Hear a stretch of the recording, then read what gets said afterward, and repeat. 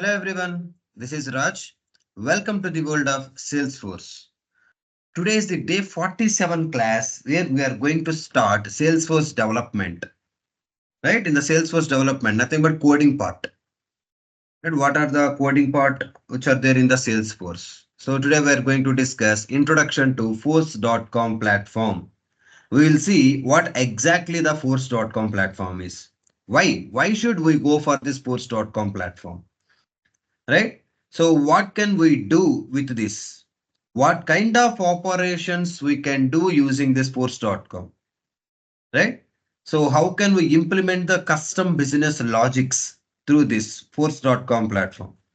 What are the various features? What are the various scenarios, requirements, mainly, especially to enforce to go to the development part, right? So that is nothing but force.com platform. So what are the various types of customizations available inside the Salesforce? We are going to see this. What are the various contents we are going to discuss as part of this force.com platform? All this we are going to cover in this. Okay. So as we discussed in the starting of the classes, Salesforce is offering three classification of cloud computing services, right? So software as a service, platform as a service, infrastructure as a service. These are the three services offered by the Salesforce, in which we are going to discuss this platform as a service, right? Platform as a service. So platform is nothing but a development environment, a development environment. Okay. Platform is nothing but a development environment, right? Which is nothing but a collection of services. It is known as a collection of services, right? In this development environment, so with nothing but a collection of services which we can develop the custom applications. Let's say in order to construct a house, we need bricks, iron, sand, manpower, right? According to our requirement.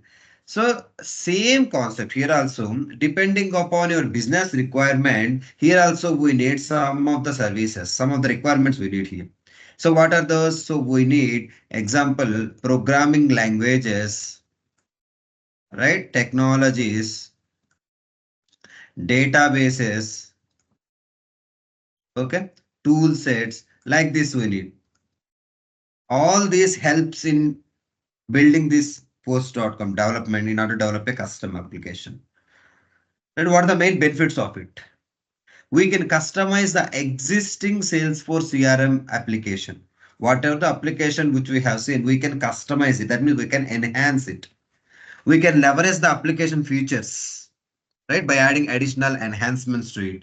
We can add additional requirements in it, right? We can build our own custom applications as well, right? So like banking application, we need, if we want, we can build finance application, insurance application, manufacturing application, right? Pharma application, CRM application, all this we can build. Okay.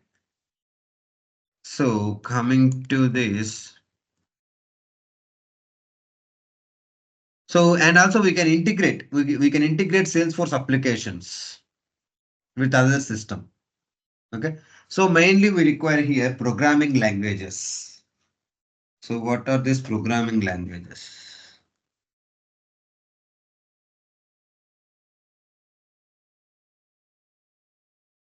Okay. So we require programming languages.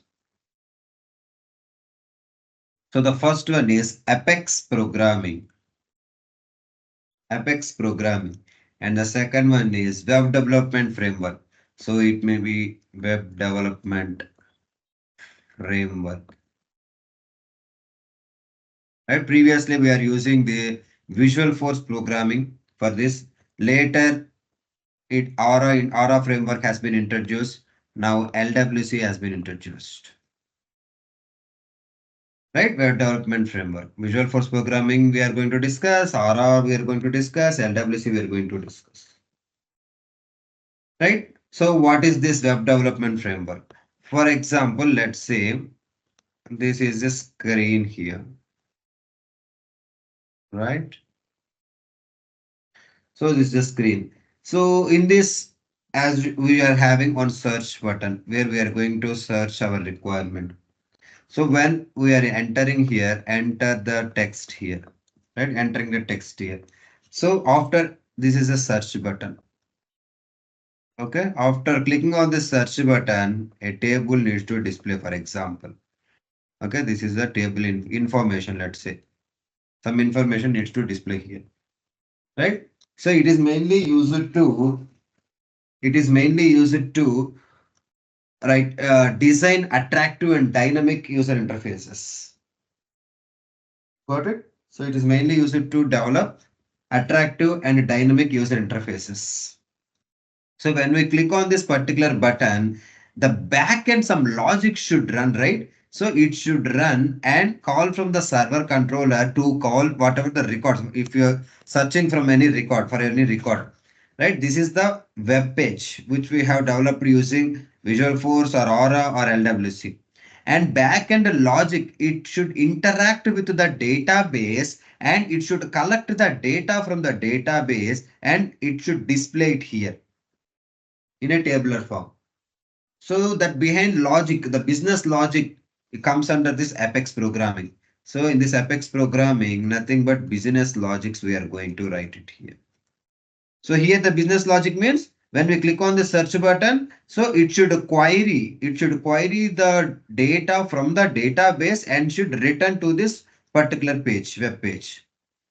So in order to design this web page, we are having different pages here, different frameworks, Visual for programming, Aura framework, LWC, like this. So in order to write the business logic, we are having Apex programming. Okay.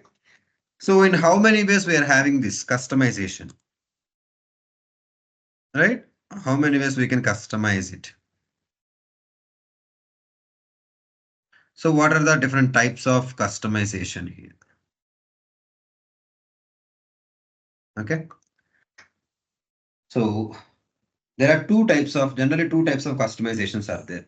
So one is declarative customization and other one is programmatic customization. Okay. So declarative and the programmatic. Right? Declarative customization and the programmatic customization. Declarative means nothing but no coding. No coding skills are required here. Declarative with the help of just mouse clicks can be implemented with the help of just mouse clicks. It doesn't require any programming language. Right? Declarative programming doesn't require any programming language. No need of any technical skills, no need of any coding skills. Just very, very easy to implement. Nothing but your admin part, we have developed many things, right? By using formulas, by using validation rules, by using flows, right? So we can achieve faster application development there, simply, right? It reduces the application development time as well. Obviously, it reduces the budget, right? So, but having these many benefits, why should we go for this programmatic? What are the main disadvantages which we have in this declarative approach? Let's say we are having different page layouts, right? Let me go into the Salesforce. Let me go into any account or any object. If you go to any object, if you see here,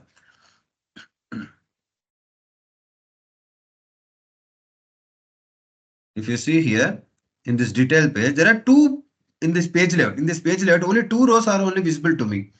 If I want to edit this, let's say edit object, go to the page layouts. Let me go to any page layout. If you see here, the page layout contains only two rows, right? If this page layout see only contains one column or two columns, that's it. The layout contains one column or two columns. Let's say the business requirement is to add one more column, right? They require three columns to display on this particular layout. right? As of now, only two columns are visible to me. So business wants to display one more column here, right? Which is not customizable using declarative part.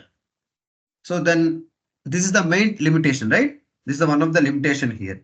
And for example, there is a one object, let's say account object only. In this account object, if you see here fields around 100 fields, as of now only 33, but in real time there may be 400, 200, 500 fields are there, right? So as of now, we are writing any validation rules, right? So let me show you validation. How many? Only two validations we have written. So business requirement is around 200 plus validation rules are there on these 200 fields. Let's say 200 fields are there. So out of these 200 fields, we need validation rules.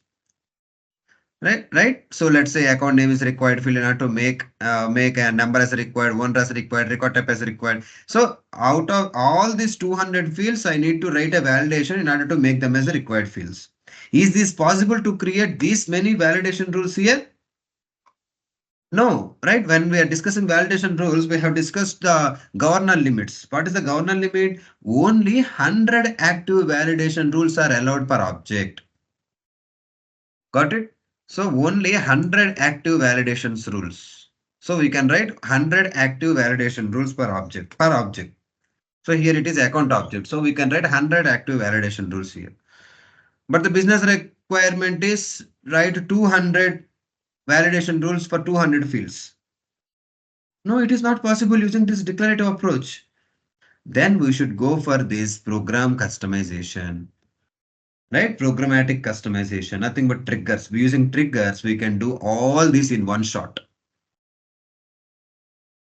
Right? Not like this individual writing one validation, second validation, third, fourth, fifth, sixth, not like that. Right? So no need to write this many validation rules. So in one, we can write only one trigger. In that one trigger, we can write all these validations in one shot. Okay. So and now queue is having various supported objects, right? We have discussed the queue like a lead, case, and using assignment rules. So for this, we are having only system is allowing as part of this declarative system in one shot. Okay. So and now queue is having various supported objects, right? We have discussed the queue like a lead, case, and using assignment rules.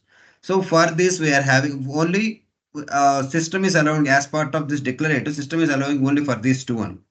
But in order to write custom assignment rules, so we're having only lead assignment rules and case assignment rules. That's it. But in order to have remaining assignment rules, we need to have custom assignment rules, right? So for this, we need this Apex programming,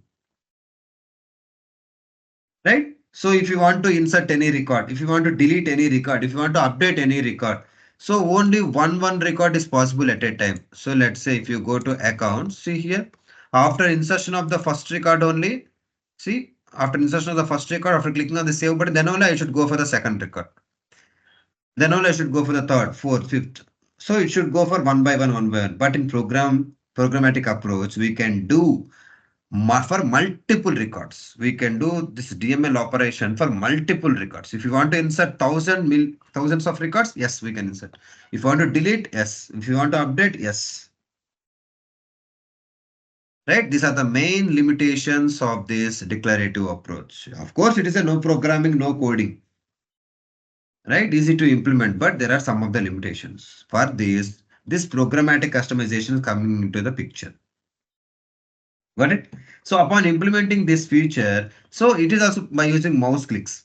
Right? For example, if we are having few complex requirements, right? There is a few complex requirements that are not configurable using this declarative. Right? So then we should go for this programmatic approach. We can implement these complex requirements through programmatic approach, right? Using this force.com platform. That means we can write the code through the programming languages, right? Which are supported by this force.com platform. So what are the programming languages are supported by the force.com platform means? So what is that? Apex programming. So today we are going to see Apex programming, introduction to this Apex programming. Right? It is nothing but a cloud based, cloud-based OOPS concept, right? Object-oriented programming language. Cloud-based object-oriented programming language. It does not require, I am saying that on demand. Cloud means on demand, does not require any installation here, right? So each and every business logics we are going to implement by means of class and object. Keep in mind that we are going to use these words throughout our Apex programming. So throughout our Apex programming, we are going to use these two words, class and object. Each and every business logic, we are going to implement will be implemented by class and object. Right? So by using this Apex programming, we can implement complex validations, complex business logics, right? All this we can implement here. It is not, and keep in mind that when we are writing Apex programming, sometimes we write small letters, sometimes we write a capital letter, right? So it is not a case sensitive here. Keep in mind that Apex is not a case sensitive programming. We follow some certain character case. Right? While writing this Apex programming, we should follow some character case formation that we are going to discuss in the coming classes. Right? And each end of the each statement, Apex a line should end with a semicolon. Each statement in Apex programming should be ends with a semicolon. Right? Here by using this Apex programming, we can perform all DML operations. Right? Like insertion, updation, deletion, undeletion, upset.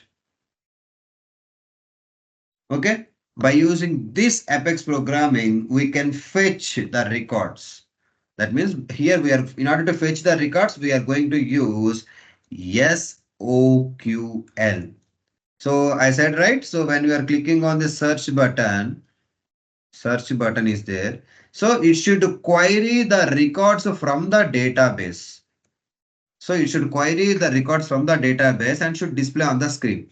So in order to query this Apex programming is going to use SOQL, right? Salesforce Object Query Language. Right? In the coming classes, we are going to discuss SOQL concept also. Salesforce Object Query Language. Right? If this is used for only one object at a time. Right? At a time, we can query on one object. Number of fields we can query on this one object. So if we want to search for multiple Salesforce object, so there is one more search engine which is known as SOSL. There is one more search engine which is known as SOSL. Salesforce Object Search Language. Salesforce Object Search Language. Here, Salesforce Object Query Language for one object. Salesforce Object Search Language for multiple objects. Right? We can integrate this particular Salesforce application with external applications using REST API or SOAP API. What is this REST? What is this SOAP? It is nothing but a ready-made classes. Right? REST, SOAP are ready-made classes. Through these particular classes, we can able to integrate with the external objects. We are going to integrate with the external objects. Right? What is this REST? Representational state transfer. Right? This is nothing but representational state transfer. Right? So all this comes under our integration classes. In the integration classes, we are going to discuss this REST API classes. Right? REST API. Representational state transfer application programming interface API. Right? Like the same way, SOAP, Simple Object Access Protocol. Simple Object Access Protocol. So this is also one of the interface only, application programming interface. So API. Right? This is also one API and this REST is also one API. which is mainly used to integrate with the external objects. This REST API and the SOAP API mainly used to integrate with the external objects only. And by using this Apex programming, we can implement batch process as well. So in order to implement a bulk records, we need to process a bulk records. So we cannot directly query using these SOQLs, right? If there are a number of records, bulk records are there. One SOQL can return only 50,000 records only. But if there are 50 million records are there, then how to process those bulk number of records? So for this Apex programming can be implemented using batch process as well. Batch processing is possible here in this Apex programming. For using batch Apex, batch processing is available using batch Apex.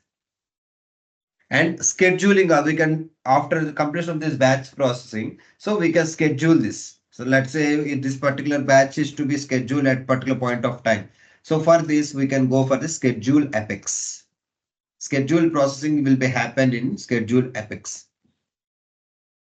right?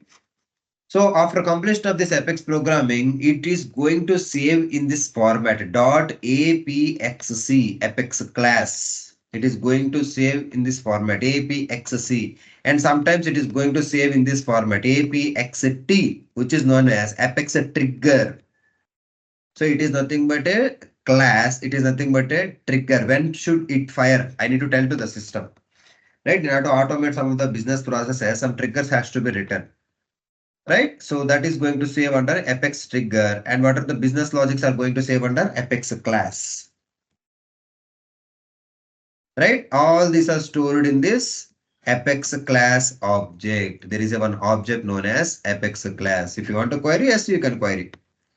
Right, all the Apex class information will get stored inside this Apex class object. Right. So when we have written completed this Apex programming, it should go for compilation. If there is no any compilation errors, right, then it is going to executed by Apex runtime engine. Okay. So this is about complete introduction. Tomorrow we're going to see the programming lifecycle, Apex programming lifecycle, and different building blocks of this Apex programming. Okay. So what are the different building blocks? Like nothing but data types, variables, operators, output statements. All this we're going to discuss in the next class. Right? So that's it for today. Thank you. If you are having any doubts at any point of time, just mention in the comment section. Okay, I'm going to respond to those comments. Keep following this channel for the latest updates. Thank you.